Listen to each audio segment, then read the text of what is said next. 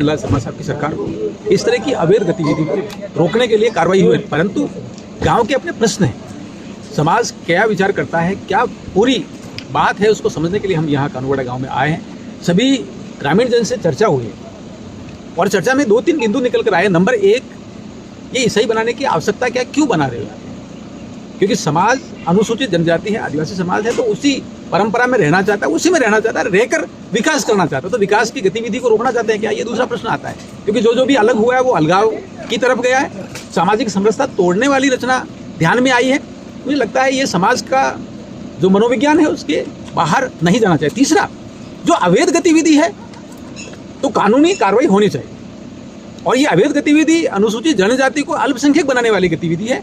मुझे लगता है ये रचना गलत है। ये समाज का जो विरासत से जो काम चलता आया है, समाज जैसा चलता आया संस्कृति के माध्यम से, विरासत के माध्यम से, वो नहीं रही है। मुझे लगता है ये सारे प्रश्न हैं, समाज के साथ बैठे हैं, चर्चा हुई है, सरकार से आग्रह करते हैं, पुलिस से आग्रह करते हैं इसमें सख्त कार्रवाई हो और पूरे इकोसिस्टम को पकड़ें। किसने टेंट दिया था, कौन गाड़ी लाया था, किसने फोन करके झारखंड से यहाँ लोगों को बुलाया, झारखंड से यहाँ आने की क्या जरूरत है? हमारा समाज जाजम पर बैठ। आप सभी को जय मसीह। मेरे प्रिय भाई ने प्रभु आपको आशीष दे और आपके परिवार को और आपको सुरक्षित रखे। जहां कहीं पर हैं, परमेश्वर आपकी मदद, आपकी सहायता जरूर करेंगे। मेरे प्रिय भाई बहनों, जिस तरीके से भारत देश में लगातार मसीह समाज को धर्म के नाम पर, प्रार्थना के नाम पर, बाइबल के नाम पर, या घर में प्रार्थना कर रहे हैं उसके नाम पर, बजरंग दल, विश्व हिंदू परिषद, तरह तरह के संगठन के लोग मसीह समाज को टारगेट करते हैं, उन पर हमला करते हैं। यदि कोई व्यक्ति अपने घर में प्रार्थना कर रहा है तो कहीं न कहीं वो गलत नहीं कर रहा है, लेकिन इनको लगता है कि धर्म परिवर्तन करा रहे हैं, इसलिए इन्हें मारो, इन्हें पीटो, कानून जाए अपने भाड़ में, कोई मतलब किसी से नहीं है। हम यहाँ पे खुद न्याय करेंगे, खुद सजा देंगे। यहाँ पर बात करें, राजस्थान में ईसाइयों पर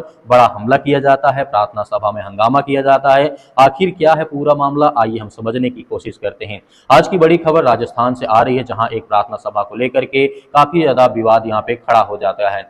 मीडिया की रिपोर्ट्स के अनुसार एक घर में प्रार्थना सभा चल रही थी। इसी दौरान कुछ लोगों ने वहां पहुंच करके धर्मांतरण कराने का आरोप लगाया।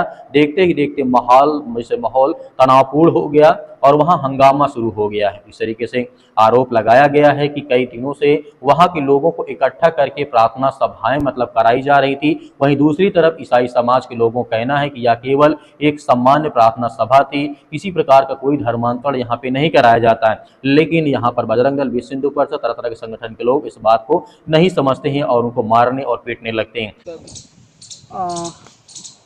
कल क्या हुआ ये बताएं।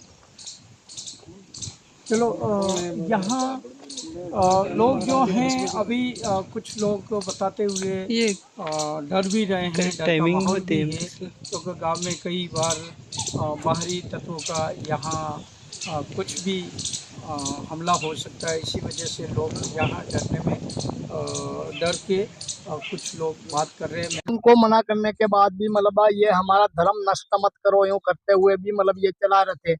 अभी बड़ा कैंप लगाया और बड़ी मीटिंग रखी थी इनके, तो हमने जाके थाने में रिपोर्ट दी और पुलिस आके इनको पकड़ के ले गई। नहीं, ये किस तरह की गतिविधियां यहाँ करते थे? ये हिंदू धर्म को नष्ट कर रहे थे। हाँ, ईसु धर्म में आ जाओ यूं कहना था इनका। तो आपको भी बुलाए थे क्या?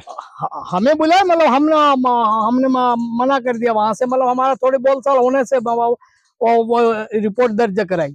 नहीं तो आपको यहाँ लोगों को किस तरीके से ये परेशान करते थे, कैसे बरगलाते थे कि आप आ जाओ, क्या लालच देते थे? अब ये लालच तो कोई कुएं बोर ऐसा कुछ देने का प्लान, हमारा हिंदू धर्म छोड़ो, ईसु धर्म में आ जाओ तो हम करके झारखंड से यहाँ लोगों को बुलाए। झारखंड से यहाँ आने की क्या जरूरत है? हमारा समाज जाजम पर बैठ के सारे मामले तय करता है, तो झारखंड से क्यों बुलाने की, पादरियों को बुलाने की जरूरत पड़ी, नेपाल से लोगों को बुलाने की क्या जरूरत पड़ी? ये बड़े प्रश्न है, समाज इसमें चिंतित है। हमने इस प्रश्नों को, इस व्यवस्था को समझाया। ये सर बहुत पुराने टाइम से यहाँ पे चल रहा होगा। देखिए, जो तो इतने लोग एक साथ इकट्ठे हो नहीं सकते।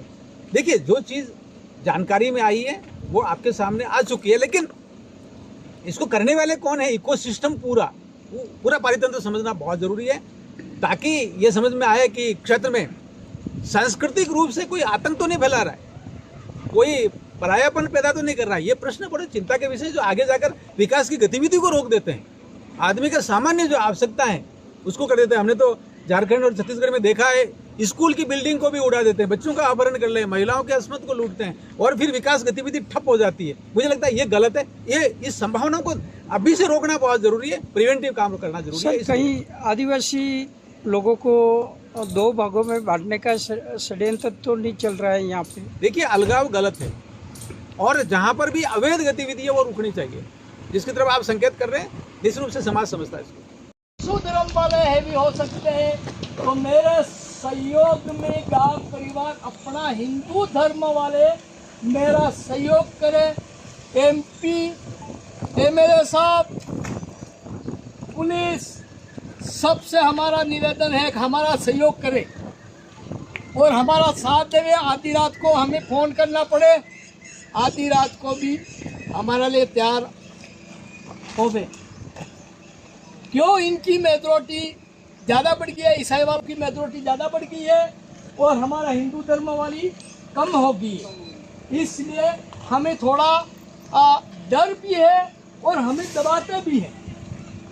मसीह समाज को टारगेट करना, चर्च को टारगेट करना आप अच्छी तरीके से जानते हैं। मामला बढ़ने के बाद पुलिस मौके पर पहुंची और जांच शुरू की गई है। सोशल मीडिया पर इन घटनाओं की वीडियो और जिस तरीके से तस्वीरें काफ़ी तेजी से वायरल हो रही हैं। इसके बाद पूरे राजस्थान में एक घटना की चर्चा लगातार बनी रही है। आए दिन मसीह समाज को लेकर के राजस्थान में अब बहुत ज़्यादा तेजी से घटनाएं होने लगी हैं। लेकिन सबसे बड़ा सवाल यह है, क्या सचमुच ईसाइयों को निशाना बनाया जा रहा है? अगर किसी पर आरोप है तो उसकी निष्पक्ष जाँच होनी चाहिए। प्रार्थना सभा करना कोई गुनाह नहीं, कोई अपराध नहीं है, लेकिन फिर भी यहाँ पर हमें देखने को मिलता है, संविधान हमें अधिकार देता है, लेकिन आए दिन यहाँ पर हमें जिस तरीके से बुराइयों का सामना करना ही पड़ता है। क्या जिस तरीके से क्या लोगों को अपने धर्म अनुसार प्रार्थना करने की आज़ादी नहीं होनी चाहिए? हमारे भारत देश का कानून तो कहता है।